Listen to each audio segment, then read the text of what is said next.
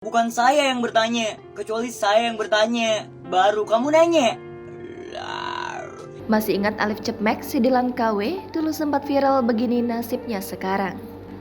Kamu nanya, itulah kalimat yang sering dilontarkan Alif Cepmek sejak akhir Oktober 2022. Sosok remaja berusia 19 tahun ini sukses memparodikan sosok Dilan yang diperankan oleh Iqbal Ramadan. Bahkan, ketenaran dan kepopulerannya itu membuat Alif Cepmek diundang di berbagai acara televisi. Alif Cepmek merupakan nama panggung yang memiliki arti di baliknya. Cepmek merupakan singkatan dari Cepak Mekar yang merupakan nama dari gaya rambutnya.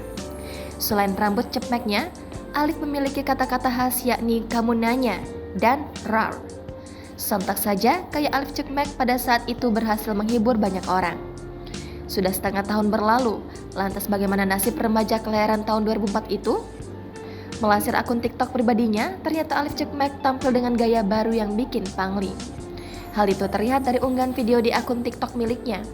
Biasa tampil dengan rambut hitam, Alif kini tampil dengan rambut sedikit kebiruan. Dalam pengakuannya, Alif menyebut model gaya rambut barunya kali ini disebut dengan Cep Blue alias Cepak Blue. Rambut Cep Blue Alif tampak cukup panjang di bagian depan.